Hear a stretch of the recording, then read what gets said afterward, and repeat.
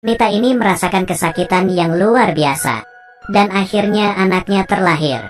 Tapi pertama kali keluar dari rumah sakit, dia langsung kabur tanpa membalikkan kepalanya. Alasannya sangat gampang. Karena IQ suaminya sangat rendah. Dia tidak ingin hidup seumur hidup dengan orang bodoh. Pria ini bernama Sam. Dia menderita cacat intelektual yang parah. Sudah bekerja 8 tahun di kafe. Hingga membuat secangkir kopi saja dia sangat kesusahan menghadapi bayinya yang baru lahir. Dia pun merasa kesusahan. Semua hal membuatnya sangat sibuk menghadapi susu bayi yang banyak jenisnya. Dia seperti anak kecil yang kehilangan arah. Tidak tahu harus memilih yang mana. Putrinya karena belum kenyang, di tengah malam terus menangis. Hingga tetangganya yang terbangun karena suara bayi menelepon dan mulai menanyainya dengan galak. Hello. What the hell are you doing to that baby? Untungnya tetangga itu seorang yang baik hati, mengajarinya bagaimana cara menjaga bayi. Dia memberi nama putrinya, Lucy. Kemudian mulai menjaga anaknya dengan sepenuhnya. Tiap 2 jam memberikan anaknya minum susu. Tiap tengah malam akan bangun dan mengganti popok bayi, dan membawa Lucy untuk berangkat kerja bersama.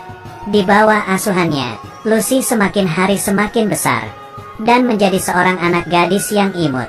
Tapi masalah juga semakin banyak. Lucy orangnya sangat penuh penasaran. Ia bisa terpikir dengan masalah yang aneh. Tapi Sam yang tidak tahu apa-apa, sulit untuk memberinya jawaban. Meski Lucy belum berumur 7 tahun, tapi sudah memiliki IQ yang tinggi.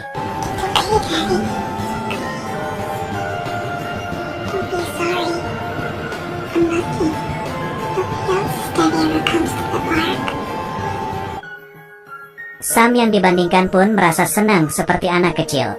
Di saat Sam membaca salah kata, agar papanya tidak malu, Lucy bisa sengaja untuk salah membaca huruf. Meski IQ papanya sangat rendah, teman-temannya juga memiliki kekurangan yang berbeda. Tapi demi membantu Lucy membeli sepatu, mereka tidak akan pelit mengeluarkan uang yang tersisa sedikit di badannya. Karena cinta mereka yang bersahaja, Lucy melewati kehidupannya dengan sangat bahagia. Tetapi kehidupan yang seperti ini akhirnya tetap muncul masalah. Hari ini, Sam dipanggil oleh guru ke sekolah. Bukan karena nilai Lucy jelek, tapi salah satu lukisan Lucy membuat gurunya sangat khawatir. Lucy yang tinggi dan besar menggandeng papanya. Kelihatannya papanya yang malah dijaga oleh anaknya. Guru melewati pemeriksaan, menyadari bahwa Lucy takut akan belajar di kelas. Ada rasa untuk menolak mengetahui ilmu baru, karena dia terus memikirkan IQ papanya. Dia takut dirinya kan menjadi lebih pintar, sehingga Lucy melakukan ini semua. Sam sama sekali tidak mengerti. Sekolah hanya bisa menyerahkan situasi ini ke departemen lain. Waktu berlalu dengan sangat cepat. Ulang tahun ke-7 Lucy tiba. Sam berencana untuk membuat acara ulang tahun, tapi karena latihan, dia berantem dengan seorang anak laki-laki. Ayah anak laki-laki itu pun mendorong Sam, dan kebetulan dilihat oleh Lucy yang baru masuk. Anak laki-laki itu masih berkata tanpa enggan,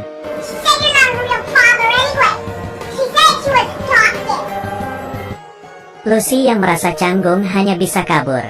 Penyelidik dari Lembaga Perlindungan Anak menyaksikan semuanya. Mereka berpikir bahwa Sam tidak ada kemampuan untuk terus mengasuh anak. Kemudian dengan paksa membawa pergi Lucy. Di pengadilan, hakim menarik hak asuhnya untuk sementara. Lucy pun dimasukkan ke panti asuhan. Sam yang ber-IQ rendah harus bagaimana? Karena IQ-nya yang rendah, Sam kehilangan hak asuhnya. Hanya bisa bertemu dengan Lucy di tempat yang sudah ditetapkan 2 kali seminggu. Tiap kali hanya ada waktu 2 jam. Sam tidak mengerti. Jelas-jelas dirinya sangat menyayangi putrinya. Kenapa orang-orang ini ingin merampasnya?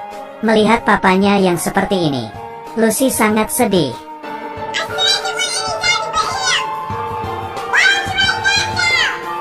Demi mengembalikan hak asuhnya, Sam dan teman-temannya berdiskusi dan menemukan seorang pengacara yang terkenal. Kasus yang ditanganinya pasti akan meraih kemenangan. Tapi untuk menyewa pengacara seperti ini, harus membayar biaya yang sangat tinggi. Sam sama sekali tidak sanggup. Pada akhirnya diusir keluar. Tapi Sam tetap tidak menyerah. Dia terus bekerja keras mencari uang, dan juga sambil mencari pengacara, lalu menceritakan kisahnya dengan Lucy.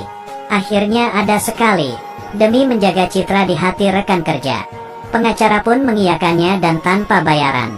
Sam sangat gembira seperti anak kecil. Tapi teman-temannya semua memiliki kekurangan. Pembuktian dari mereka sulit untuk diterima. Dalam keputusasaan, Sam hanya bisa mencari tetangganya untuk membantunya. Dengan cepat, hari pengadilan pun tiba. Sang pengacara sangat jeli. Dia menangkap bekas luka emosional dari saksi lawan. Hanya dengan beberapa kata sudah langsung mengalahkannya. Tetangga muncul sebagai saksi. Pembuktiannya sangat mudah dan tajam. Menjelaskan kisah Sam dan anaknya dengan sepenuh hati. Membuat pernyataan terperinci ke pengadilan. Dia berpikir meski Lucy lebih pintar jauh dibandingkan Sam. Tapi ini semua adalah hasil usaha dari Sam.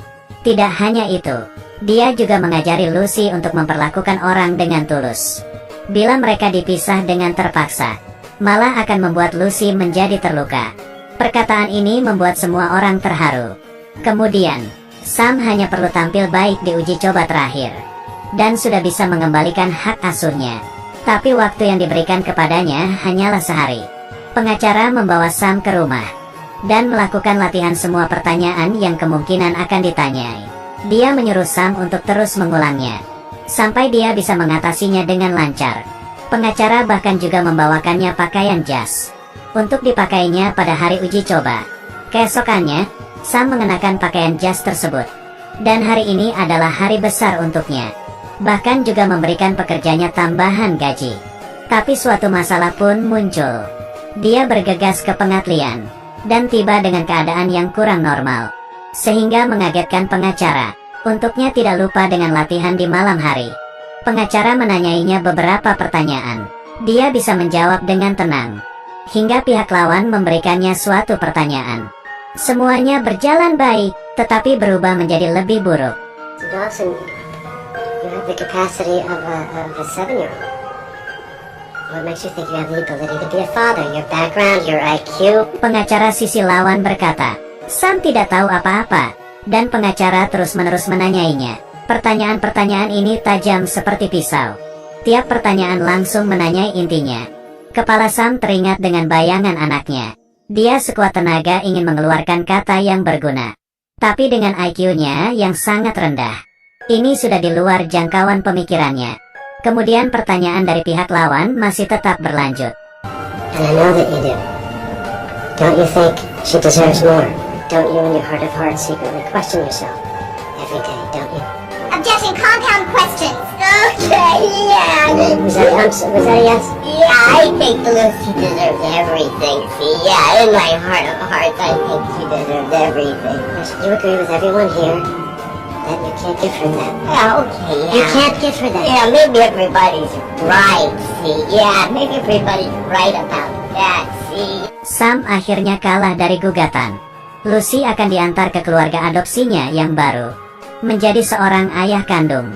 Tapi dirinya sendiri tidak bisa mengasuhnya, membuat hati Sam semakin terpuruk. Dia pun memberanikan diri untuk pergi melihat Lucy.